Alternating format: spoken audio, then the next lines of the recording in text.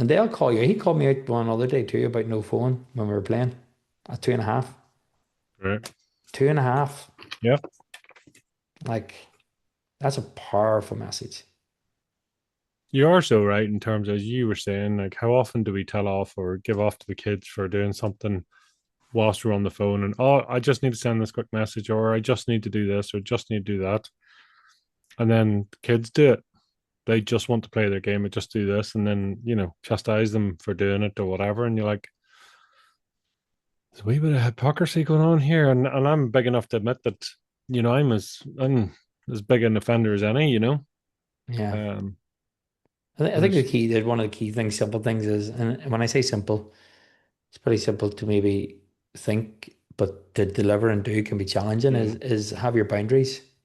yeah. So what are your cutoff times? What I'm gonna we've recently even said for myself is you introduced me to it as well. I've seen it come up so many times is I use Brick now as Hmm. a scheduling tool so I can have more focused time on my work, but also in the evenings and different times as well too where I can connect. So, put in your boundaries. What's the length of time the kids are allowed on screen? Can you set times and monitors? What's the cutoff time?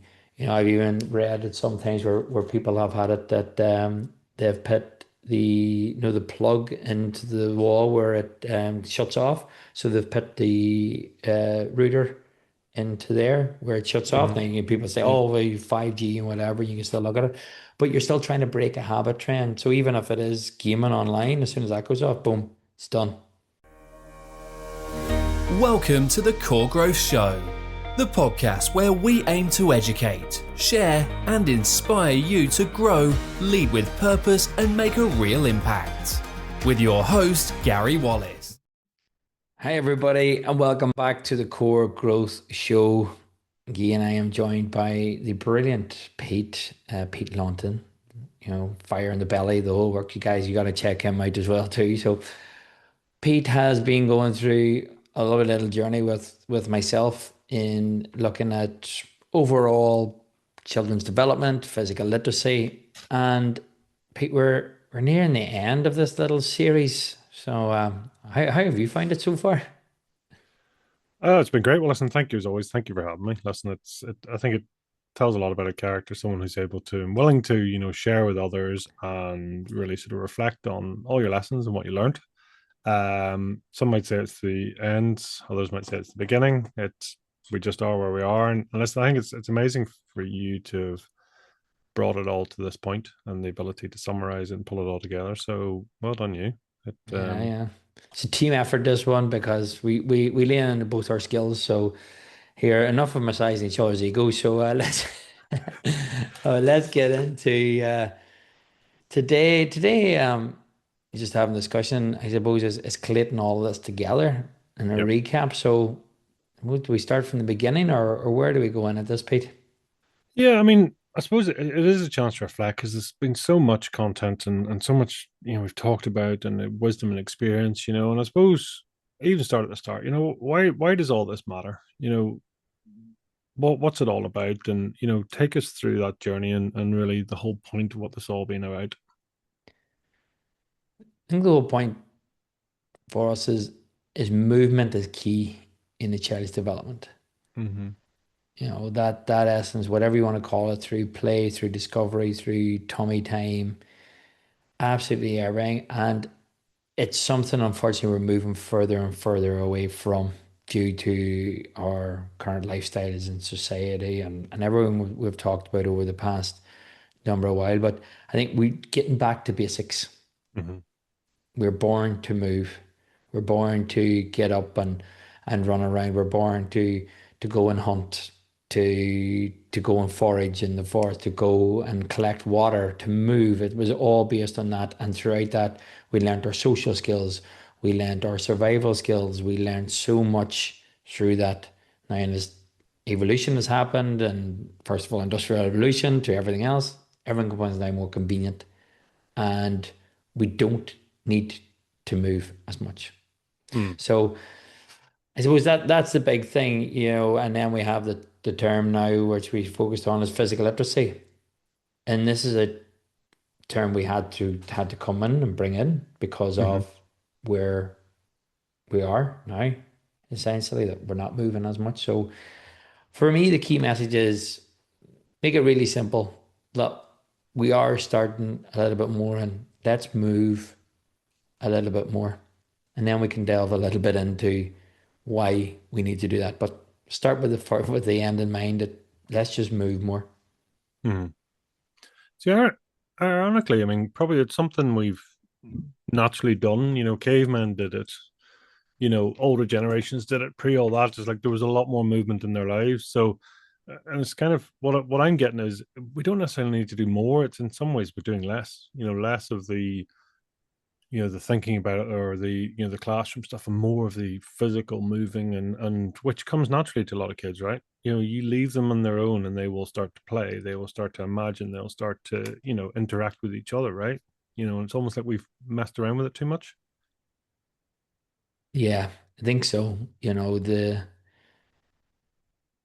Everything has evolved, but for a huge benefit for the Hmm. life. You take 100 years ago to have a warm shower, to have a toilet that flushes for hygiene purposes, for everything, ease of how we get our food, ease of transport, the whole lot.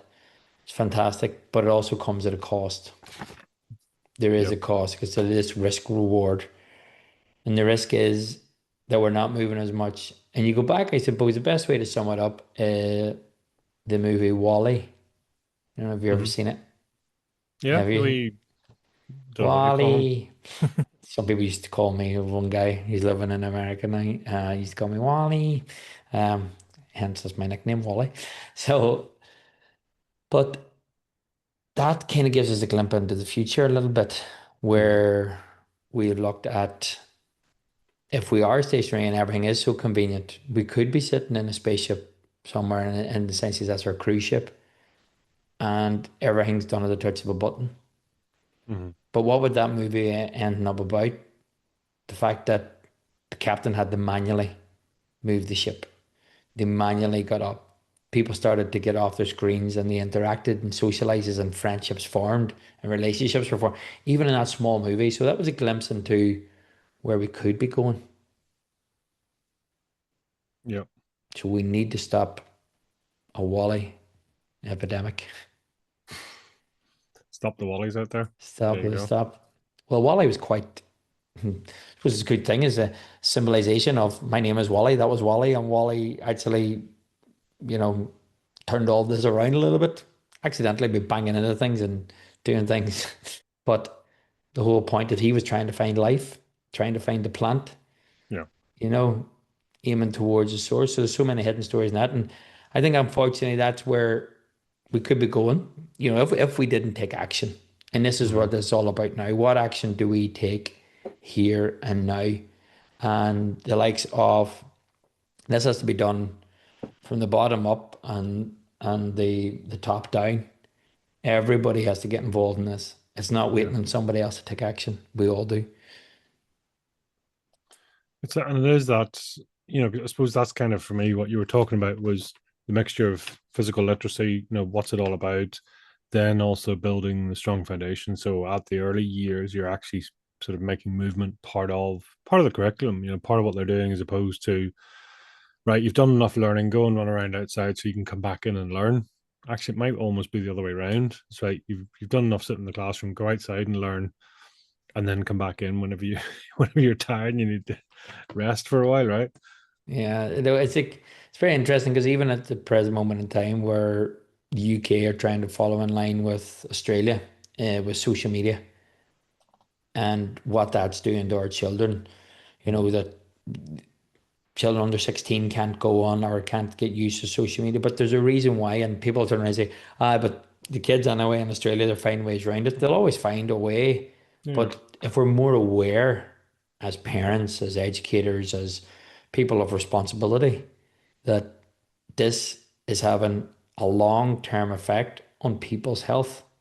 So not only is it making them onto a screen, it's the anxiety, the depression, the comparison, the loneliness, the lack of connection. that's all happening through here, and we got to take action.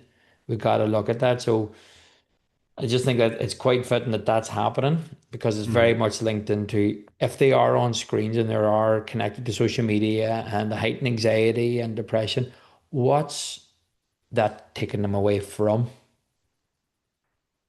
And that's kind of a big thing that, and thankfully government, if we're looking from the top down, that's where they are taking the initiative. And people say, oh, it's not fast enough, it's not a thing. That's going to be a slower process because that has to be covered across the world, really. Essentially, we look at it when it comes to policies and how they link in. And, you'll never see a policy released by a government and say, in 6 months' time, we're going to increase whatever. This is our 2035 approach. So by 2035, we want to have X, Y, and Z complete. We want to have this. And there is policies out there and they're being reviewed. So looking from the top down of currently where we're at is having our government guidelines, where we're at, knowing where we're at, and the actions they hang. So to even in Northern Ireland here, there's a few from the public health have released a lot. The introduction of the census of the physical literacy from Sport Ireland and Sport NI. Hmm. I'm recently to part of a coaching network on where coaching is, sports coaching in Northern Ireland is, and how do we regulate it? What do we want to see? How do we improve the well-being of our coaches so they can actually deliver more? And then you see a lot of all these, like another conference was early years and linking all these policies then and putting into practice. So the beauty is there is stuff happening. We just need to be more aware of it. And then as it filters down, how's that filtering? So how's that filtering then into national governing bodies? How's that sort of the likes of your football, your Gaelic, your Hmm. netball, your basketball, every all of these sports into community groups, into all of these settings. So, and then it starts to filter down to what are we doing in schools? What are we doing at home? Hmm. Then we look from home up. How can this all link?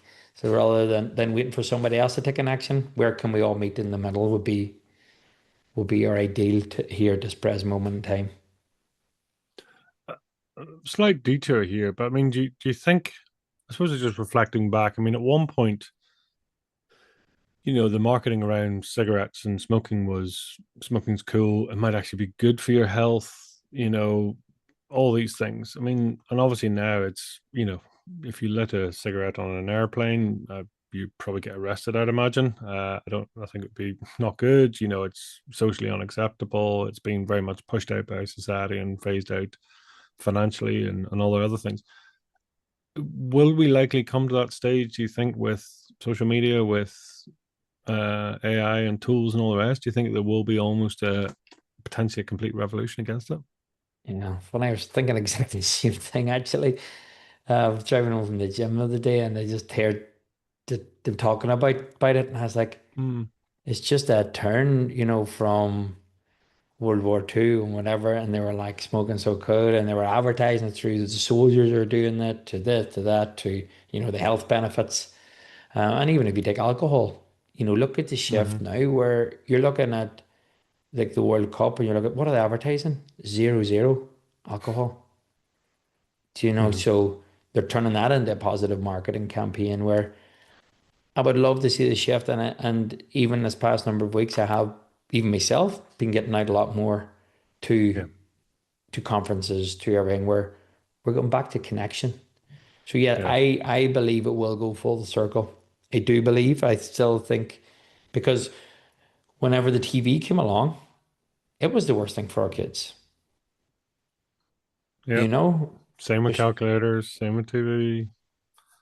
It's not. everything was the thing, and then we started to monitor that a little bit more, and there was Hmm. different things happening. But then we start to delve into it and the benefits it has of even sitting down and watching a movie as a family is Hmm. now a social thing. But Saturday nights were run by the clock and the TV. Be here this time to watch this, have your dinner at this. So there was routine and there was structure, but there Yeah. was also conversation. Hmm. If you're watching the Gladiators or you're watching whatever, it's like, oh my God, what do you think he's going to do? And oh my God, blind date comes on then. And you're like, we're watching this as a family. And this was that was family viewing and family TV, Yeah. so I think after a while we will turn that. And like one discussion is like, why are we not going after the top? When it comes to social media, why are we not going after your Zuckerberg and listening, as I mentioned before, like, and this isn't to knock ourselves down and say, oh my God, I should do this better, I should do that. Like these guys spend millions, if not billions, on preying on our weaknesses. Yep. That it becomes that psychologically they have looked at, like there has been even presentations that have been released in the early days and thing and saying, here's their weakness, here's how we're going to get them in Hmm.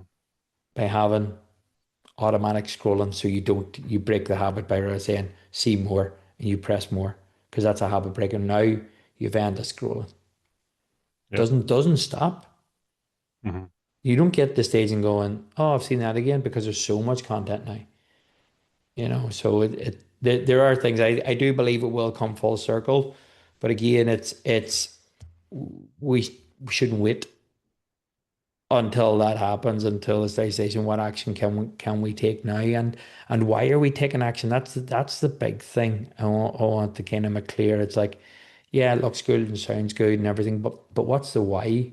Why do I need to get my child more active? What's the Hmm. benefit? And it's things we touched on there. So for example, the social aspect of it, you know, like that's one thing that a lot of our kids were so connected online, but disconnected in presence of other people.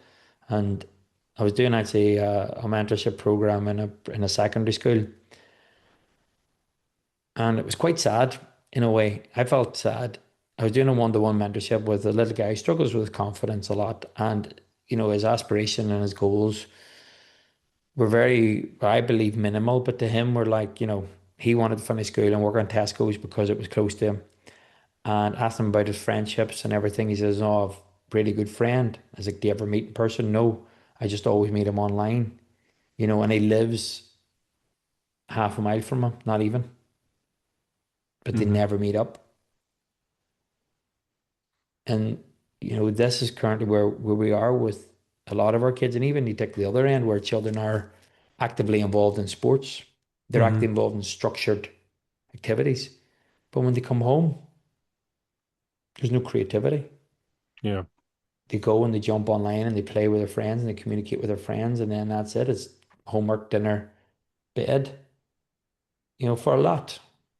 So what are we things we can do to break those habits and become even more aware is probably what we want to Hmm. kind of explore a little bit in this as well.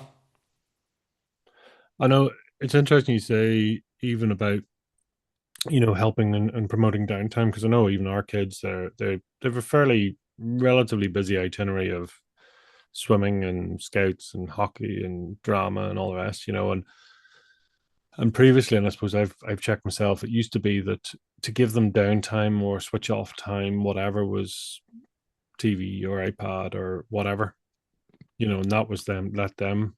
And that was the problem, is that we were incentivizing the iPad or the TV as, when you've been good, you get this thing, so it's like that was the end goal, that was the prize. And, if they were bad, then the prize was removed. So unintentionally, you're building up almost you're reinforcing the dopamine for the iPad, the thing. It's like, if you do good, then you get this prize at the end. Whereas Yeah. actually, we're kind of going, listen, we're going to incentivize something else. We're going to incentivize an experience or something, and kind of just to decentralize that, even in our own heads, and saying, listen, even if you're going to watch something, you can't watch YouTube or you can't do this, and it's just setting aside and separating it from being the ultimate thing they go for. Yeah, and I think it's just checking even our language as well with that, or why that instead of saying you can't do this, it's like we're doing this together. Mm-hmm. Do you know what Yeah. I mean? So it's just like, okay, we can't watch YouTube. So instead, you know what? Tuesday's movie night, you know, or we're going to watch this documentary together, whatever it Yeah. may be. And even simple things that I've learned is if they are going to watch YouTube or you're watching some form of it, communicate with them and talk through it. Mm-hmm. Like, well, what's Bluey doing now? Oh, why did Bluey do that? Do you know? And then it becomes a conversation while you're watching it.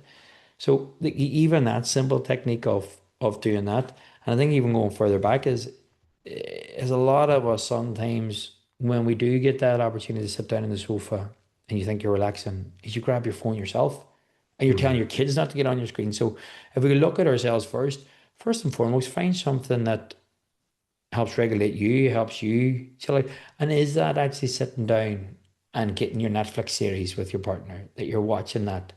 You know, we're currently watching one of the ranch ones. I've never watched Yellowstone. Livy's big Yellowstone now. She's all the spin-offs of it, and but it's our thing. We're sitting down now and watching that, and it's one of those Hmm. ones where we're one of the newer series, and you have to wait now a full week, because it's not the box set's not out yet. Heaven forbid, yeah. Yeah, like Dalton Ranch or one of the ranch ones anyway. But Mm. if people are listening, um, but again, that's our thing. And it was funny. Even the other day, we used to always like Saturday night used to get the wee goo dishes, and I bought the wee dessert Yeah. for about two of them. I'd see Saturday night. She's like, "Oh, this is like nearly back as us. We're just sitting there." But that was that connection.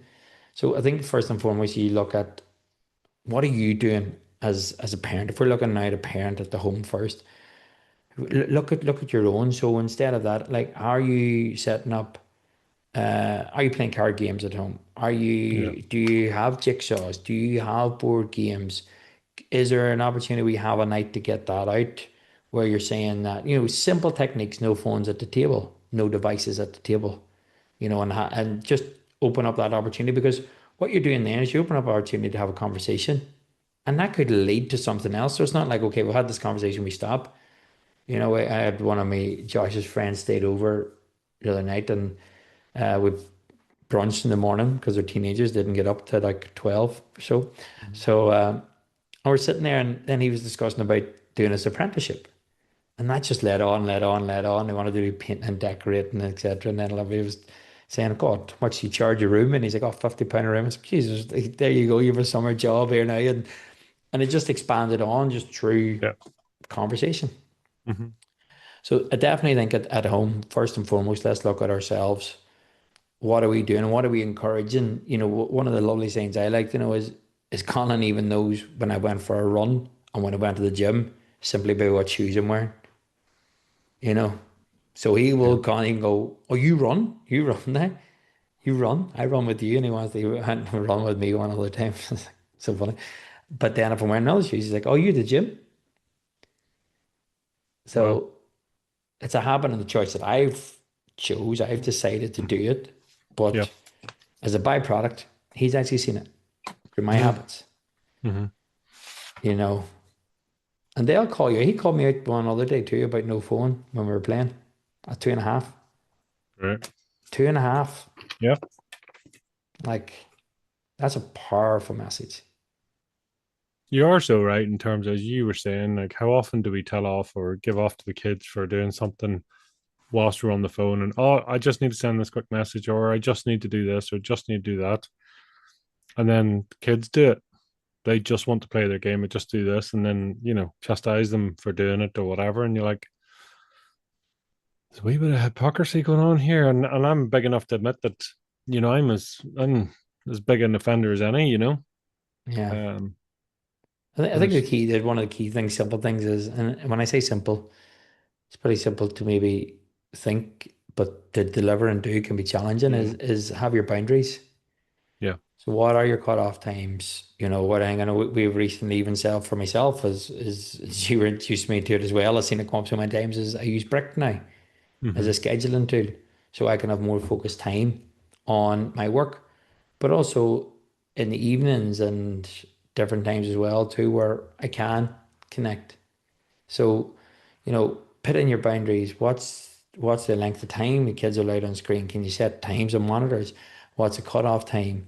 I've even read it sometimes where people have had it that they've put the plug into the wall where it shuts off. So they've put the router into there where it shuts off. Hmm. Now people say, Yeah. oh, well, you 5G and whatever, you can still look at it. But you're still trying to break a habit trend. So even if it is gaming online, as soon as that goes off, boom, it's done. Yeah. And you set that at a certain time, so that breaks that habit. So definitely looking at home first are a few practical ways. And I think it starts with ourselves. Yeah. as the parent. So what are your habits? What are you doing in them, and what is your child seeing? And what measures can you put in? So, are they seeing you moving? Are you actively there? Are you dropping them off even to your structured sports stuff or to their events? And are you going for a walk? Yeah. Rather than going home to sit in the phone, or are you sitting in the car on your phone while you're waiting for them? You know, Simple thing. You're getting the benefit. They're seeing you as well. This is what mommy or daddy does whenever they drop me off. They go for a walk with their friends or whatever it is. And clubs are getting better even with that, trying to introduce more people who having walking routes around all their pitches and connecting that and make use of that. Yeah. So another thing as well, like look at your own time. Like some simple as if you're listening to this now after you've listened to this, go on to your screen time. What are you spending most of your time on? Like since I got Brick, like my social media has been crazy. I still spend over an hour and 15 minutes on WhatsApp a day. Now that's Yeah. probably not focused time. That's probably me uh, bouncing from set to set, and that probably could be an area where I may look at Brick for certain periods or just set it on whenever I want focus work, because my next thing for me personally is WhatsApp and email. Yeah. So now giving myself structured time for that, because that's sometimes we forget. They're like, oh, I'm off social media, yeah, but we've got other distractions. Like Yeah. Gmail is a form of social media. And Mm-hmm. look at the way they thread everything, they put everything. What do they want? You want you to spend more time on it. Yeah. Yeah. WhatsApp as well. It's an amazing communication tool that a lot of us use. But what if look at the features adding on? See the story, share, have your icon. Did you change your profile picture? What did you do?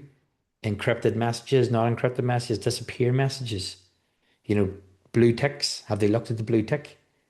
Yeah. More and more focus on it. So again, I think it's that level of awareness. Just check yourself on that first, and don't be hard on yourself. Mm-hmm. As I said before, these guys spend millions and billions, these companies, to get you on their device because they're generating income and they're keeping Mm. everybody else happy. So I think looking at that, look at home first, look at yourself, and then simple tips as I've mentioned before is like, does everything have to be tidy all the time? Is there an opportunity for children to see a variety of games and toys? Do you have everything? If we do have you organize everything into certain boxes, so they pull it out and it's an arts and craft box, or they pull it out and it's all the books or the board games, which a lot of us will have, and you're focused on that. I know a simple one, and it was an OT. It said to me that she takes the kids home and then it's outside for the first 10 minutes, and it's something I've adopted now whenever Colin comes back from childminder. It's outside 10 minutes, and it Mm-hmm. takes us to walking adventures from collecting twigs to start the fire that night to shouting at sheep. Do you know what I mean? To jumping across to the next door neighbor to play with the dog because he's Mm-hmm. out and they're away. So, but that all started with setting that habit of, okay, Yeah. 10 minutes. So, and it's really, I hate using that word. It's really simple because then people are like, oh my God, it's so simple. I can't do it. It's the idea and the concept of it can seem simple, but actually delivering and sticking to it is so powerful, you Yeah. know. So those are a few things even to start at home. Aware more or less yourself and a few stuff. And when you are having movie time or you're watching it, start asking a little bit more questions. They may get to the stage where they just like leave me alone, or it Mm-hmm. could open up a gap or take what you've watched and learned and turn it into a role play. Yeah. You know, like Colin's obsessed now with Pete's Dragon, the not the animated, but the newest one, the 2016 one. And now then we chase each other like dragons. You have to hide like Pete's Dragon. Mm-hmm. So again, just you learn. It's all through movement, all through play Yeah. and creativity. And I suppose it's that it's learning to work with the tools we have, as opposed to, as you say, we could go cold turkey and like, right, I'm gonna, move back to a brick of a phone, and if any phone at all, I'm gonna move out to the woods, and it's like, well, yeah, but there's a happy medium there too. How do you turn it into a learning tool? How do you sort of enjoy the time, or at least do it in a way that's meaningful. As you say, if it's a movie night for the family, so they can associate being together, enjoying a movie together, spending the time together, etc., as Yeah. opposed to I'm just going to mindlessly scroll or watch TV or do whatever for any amount of time. Yeah, Not make it. because I didn't want to butcher this as well. I'm actually looking on now.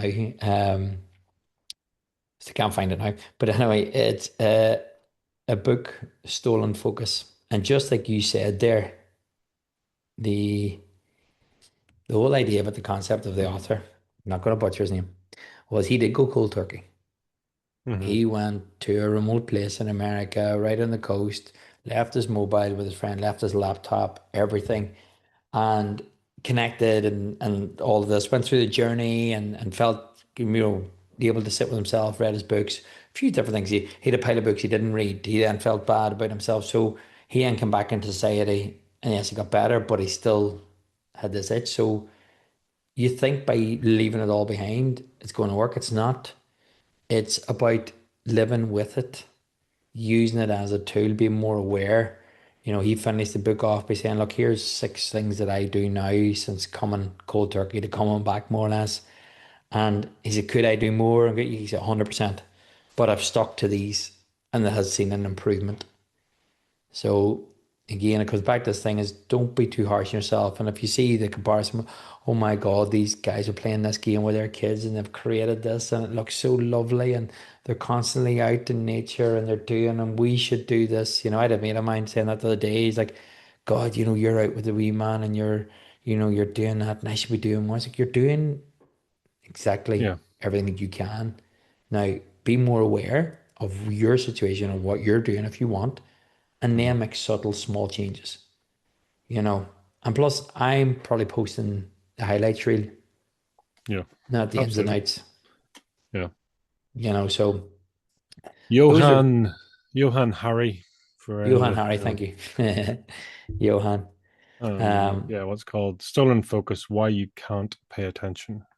yeah, so interesting, very interesting read. Went into a lot of science and delved into what they did in Silicon Valley with the likes Mm-hmm. of your Meta, your Instagram, Facebooks, and how many of them tried to challenge the status quo.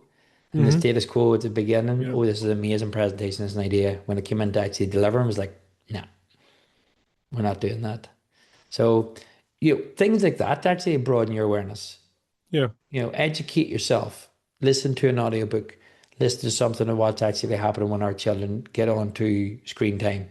You know, The Anxious Adolescent is another great book, and it started the whole smartphone free movement of the guy in America. Again, I'm Mm-hmm. not very good with the names, but you know, being more aware and that find people within your community who else is doing a free phone movement or Mm-hmm. who else is connecting in different ways that are more aware of this. Because you'll find your tribe, you'll find your people, and it'll help Yeah. support. So there's definitely a few things. I think that's one thing we probably must. We get so much short form content of if you take this and you'll do if you take this medical thing or if you take this product, it'll shave 10 years of your life. You're like, go back to what we have, go back to our books, go back to, using technology like so of audiobooks. If you turn your car into your library and educate yourself on the development of you and your child. Yeah. I think that's, I mean, just to share a bit of a story of my own, and that's exactly where I found, I stopped listening to the radio in the car, because in the radio in the car, you're subtly you're getting a bit of music, but you're getting mindless chats, you're getting adverts thrown at you and all the rest. And it's so, you wouldn't put up with that on the train if someone was blaring the music beside you, and yet you unconsciously do it in the car or whatever. Whereas now, as you say, it is a library on wheels. Yeah. It's always learning, always doing that. And I'm amazed how much time you get back. People say, "Oh, I haven't time for that. I haven't time." And I'm saying, I wouldn't say I'm a natural reader, but I will listen. And, I'll listen to 1, 2 books a week, maybe more, and that's the more you learn, the Yeah. more you earn. Yep. The more you learn, the more you earn, and the more you learn, the better the quality of life for the people can be for yourself and people around you.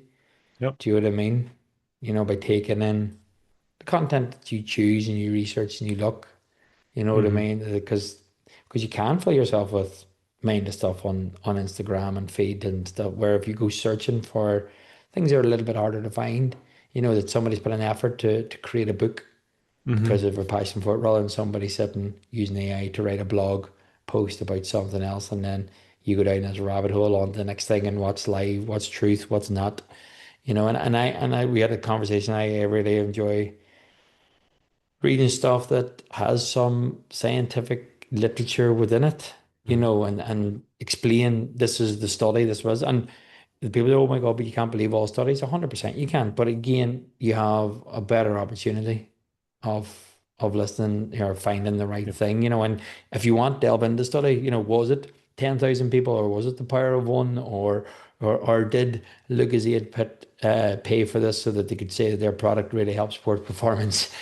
You can delve into all of that if you want to go a bit deeper. But Yep. just in essence, even if you take that decision to listen to the book about child development, what social media is doing to them, it just make you more aware, and potentially you then make better decisions.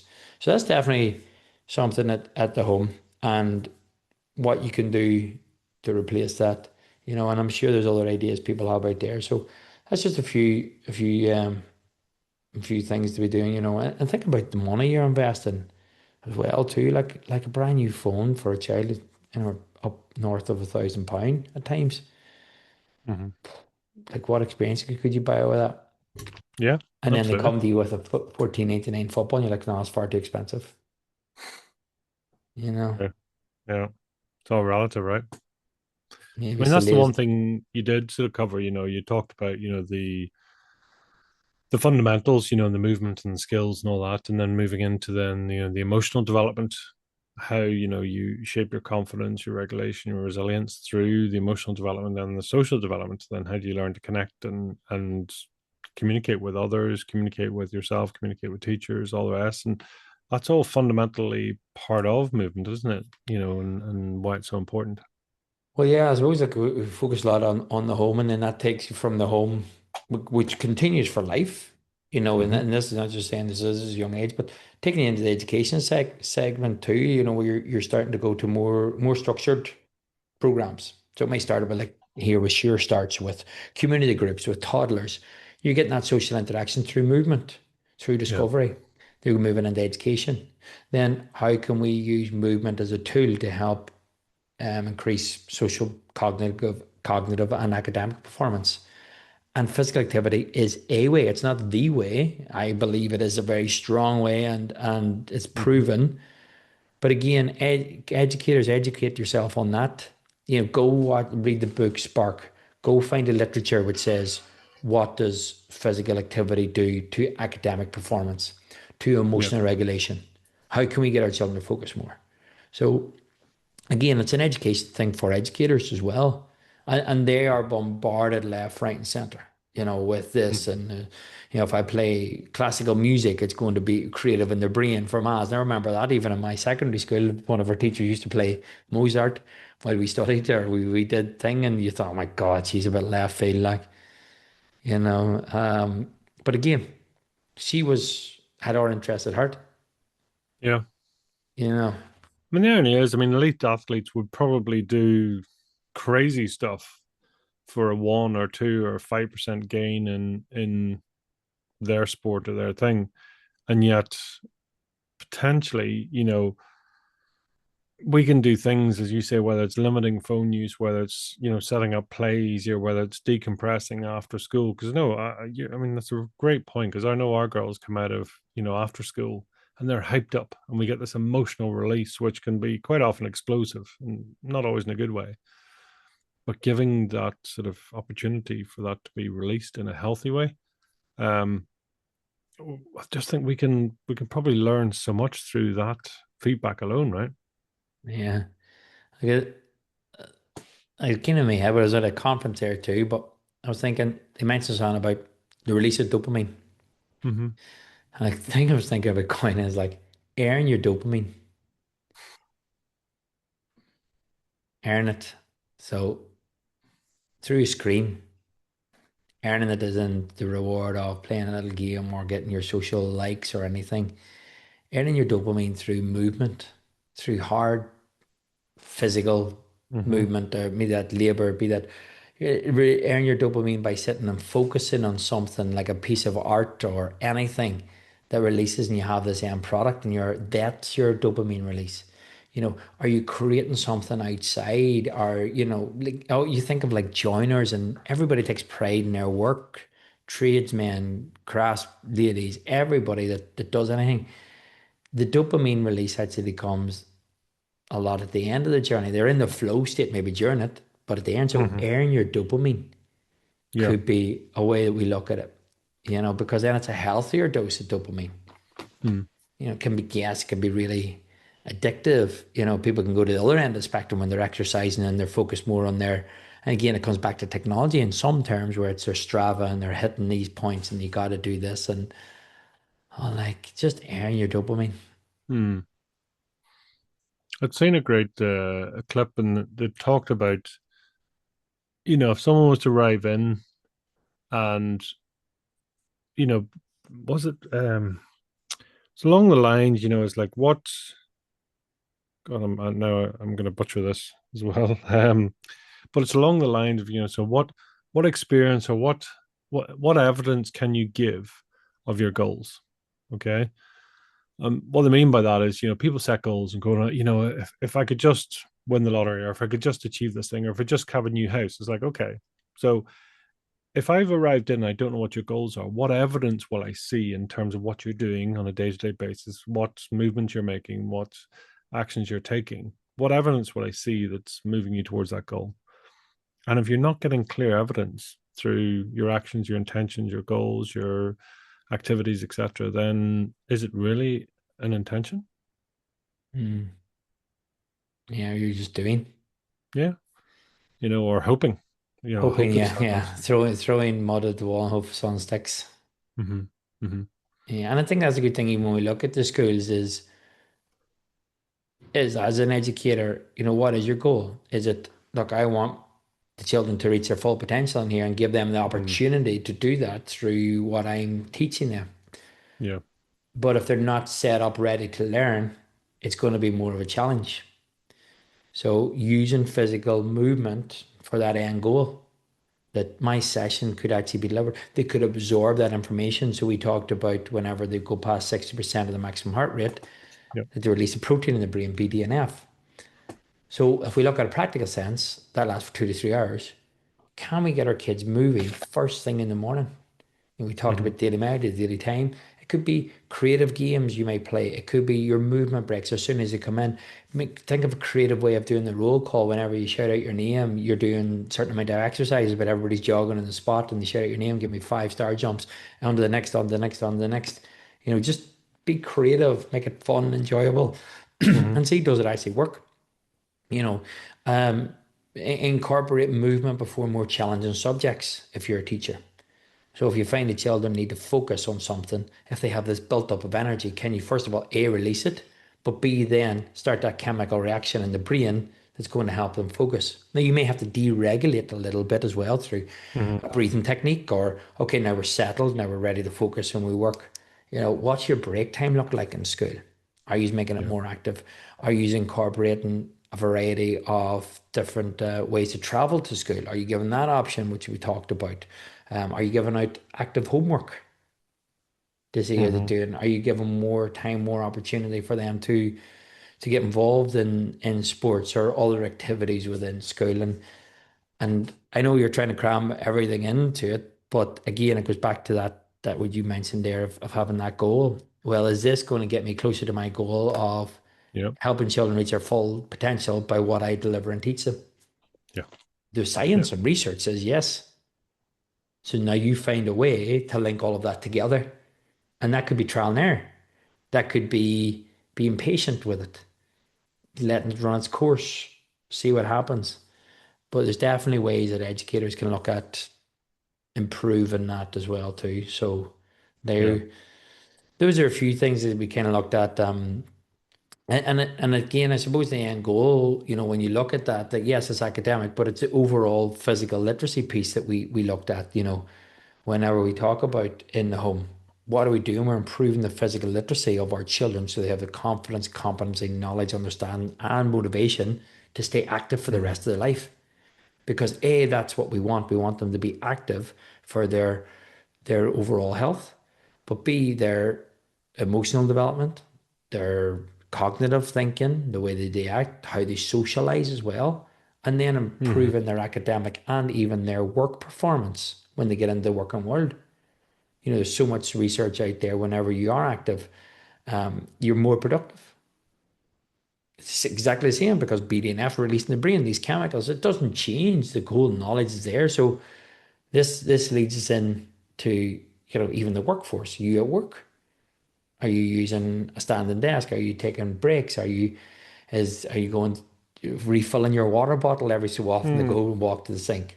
After a Yeah. long meeting, are you going outside and getting a walk in?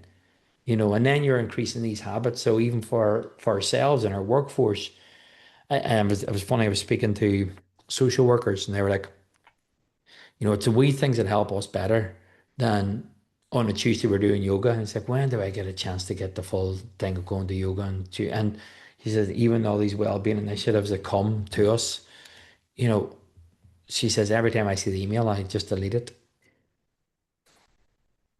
because we're so focused that. So for me, it's implementing those small things. Like another thing I would do is maybe 2,000 steps before I start the day. Hmm. So get 2,000 steps in before I start the day, and majority of the time it's outside. So even if I'm in the gym in the morning, I'll still go out and I might have 1,500 through doing different movements or whatever, but I'll still do walk past the car, go to a point and walk back. Might not be none, but I've exposed myself to outside. I've got those extra steps in. If I am having a day Hmm. where I'm stuck in the office, I'm gonna use the word stuck, but when I choose to be in that space for a while, Yeah. I was like, oh, right. Whereas how many people would look at their watch and go, God, I've only 700, 800 steps done. Yeah. So Yeah. again, a few things that we can put into place there, for that. And then one of the other areas I suppose we looked at too was in when children are coming to organized sports. So our coaches, are you developing a athlete / robot to compete in that one area of that one sport? Or are you Yeah. improving the physical literacy of the whole child? Mm. Now, there's a certain period where you come and when you are involved in elite sport, where you're like, well, yeah, no, I'm focused on this because this is me. But in the early years, are you developing an athlete, a person, an athlete for a chosen sport, or an all-rounded human being? Right. Yeah. Being, not being. Um, but yeah, and that's a key point as well too when we look at, you know, coaches. Are you also aware? Well, are you fixated on your sport? I'm not Hmm. saying it's right or wrong. I'm just saying just being aware. Because people say, well, yeah, he's such a good person. He's really developed my child to Hmm. go on and play elite. Fantastic. And they may have, brought in a lot of other stuff. But we look at that in a structured thing. How are we implementing physical literacy into our sports programs? Yeah. So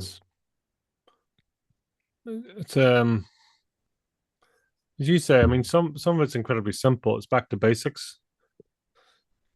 And then the other part of it is, and you almost have to meet it with science too to be able to then explain it. Because a lot of people saying, well, the more complicated it is, or the more as clever it is, and all the rest, then the better it is.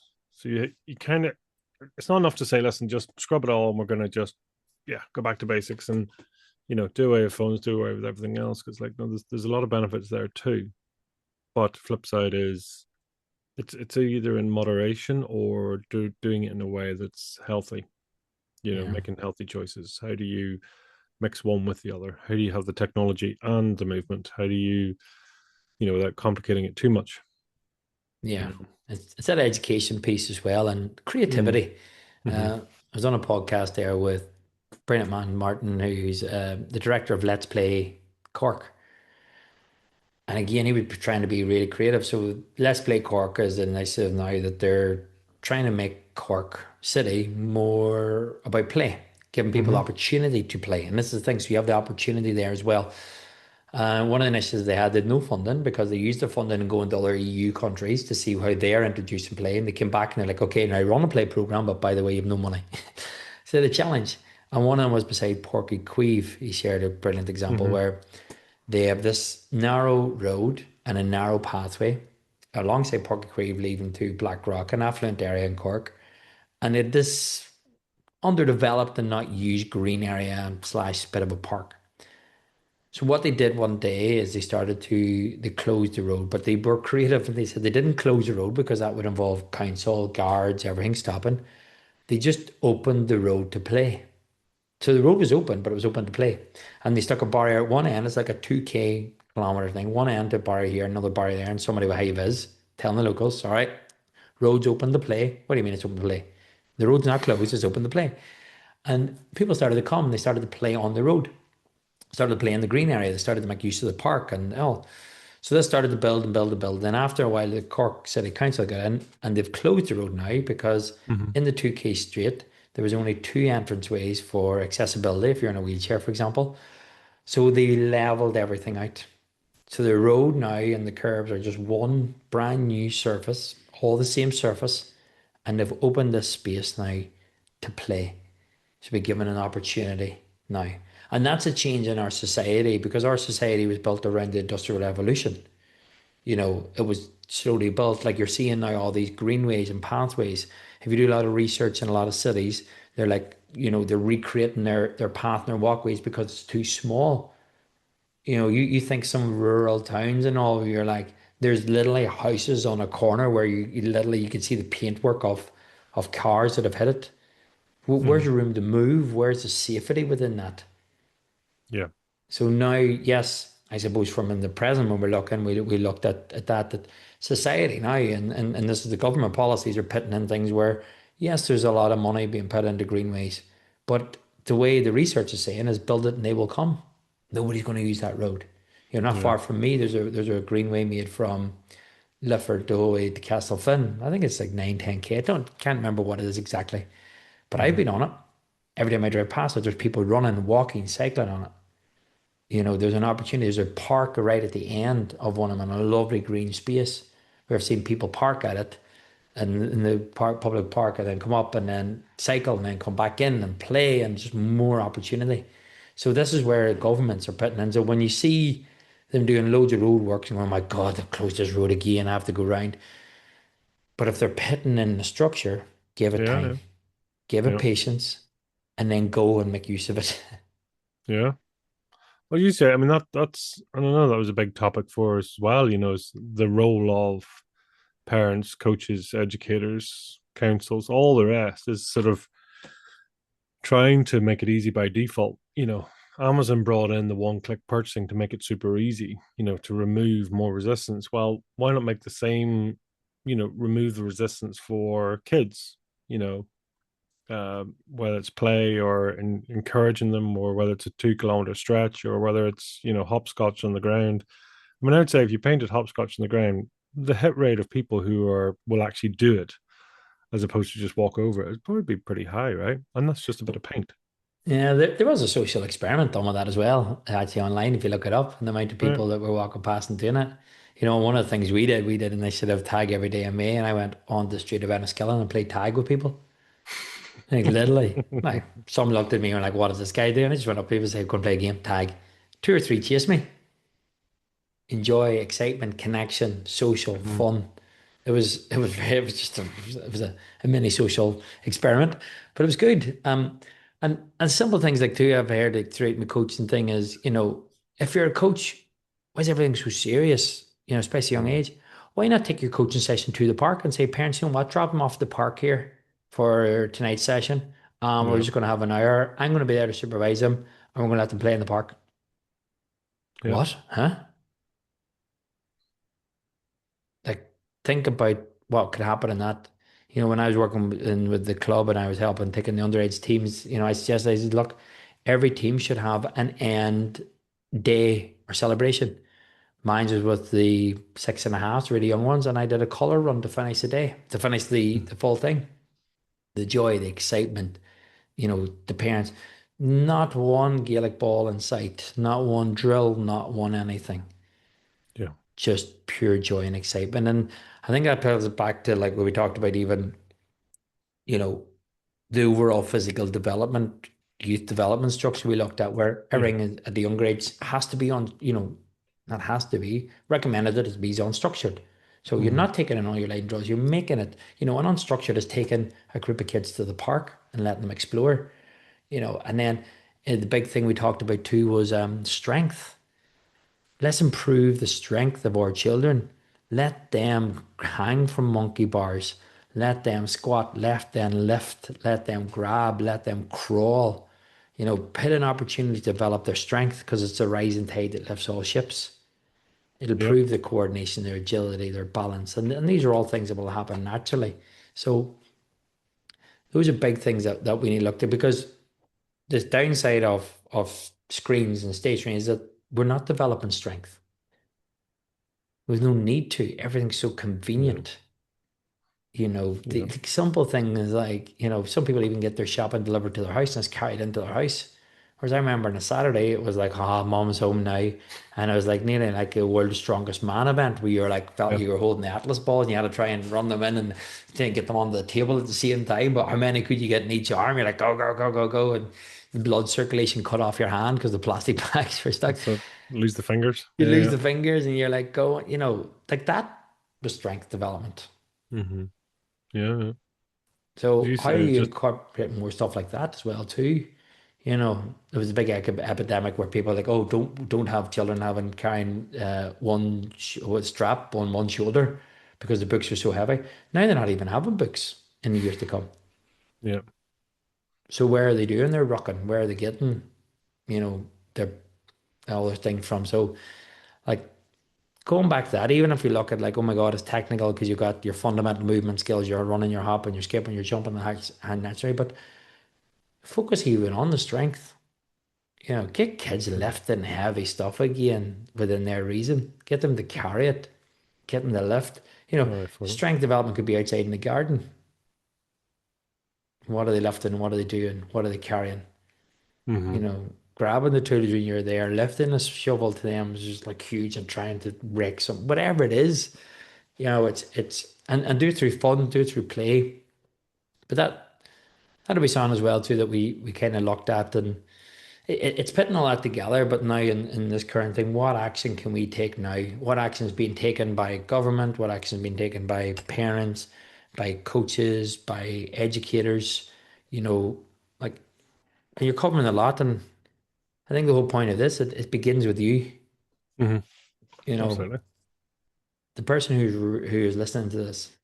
Oh my God, the kids need to move more with that. But what are you doing first? Yeah. How are you showing an example? Because let's start with you, and then focus on everybody else. Yeah. I think there's a key message from that today now. And you build up that fun muscle. You build up that, that's where you get your dopamine kicks. That's where you get, through the play, through the kicking the ball, doing the hanging bars, doing whatever, right? And that becomes the thing, as opposed to technology or learning in a different way. Yeah. Focus with you and earn your dopamine. Earn your dopamine. What a great lesson, right? Yeah. Because we are. So yeah, I think that's kind of like on everything we kind of talked around this last while, there's a few, it's amalgamating it all together and putting it into that. And this, if everybody has been listening to the series that Pete and I have been doing, it's now, this is your practical ideas and Mm. examples, and go and test them. Go and try those few things. Play 10 minutes with your children. Have areas where you can sit down when you're watching a movie and talk with them, your arts and crafts box together, your Yep. games night, your cards night, no devices at a table. What are you doing to be more active? How are your children seeing you? And as educators, are you introducing more movement into your day? Are you starting your day with movement? Does movement help certain children? Does it have to be a group movement, or can certain children leave the space to regulate through movement? Are you introducing more ideas for after school programs? Loads of ideas there for that. And then with your coaches, even in the group, that Are you improving physical literacy? Are you bringing in more fun games at the start of your session or at the end of your session? Are you being exploring different avenues? Even bring a different sport into your sport as changing up that night.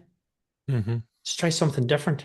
Throw it out there. See, does it engage with fun and enjoyment through that? And that's essentially what you're trying to do, improve the physical literacy so that our children and our adults and our elderly can be active for the rest of their life.